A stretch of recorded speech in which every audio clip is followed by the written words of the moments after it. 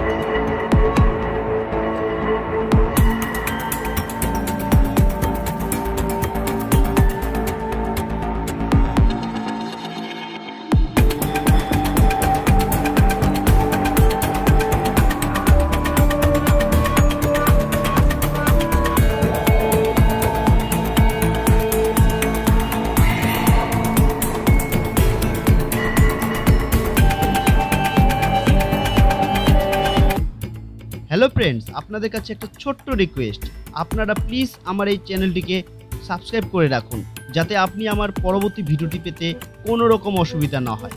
আর হ্যাঁ, আপনারা অবশ্যই জানান আপনি কোন বিধানসভার অন্তর্গত এবং কোন দলকে সাপোর্ট করেন, জানান আমার কমেন্ট বক্সে।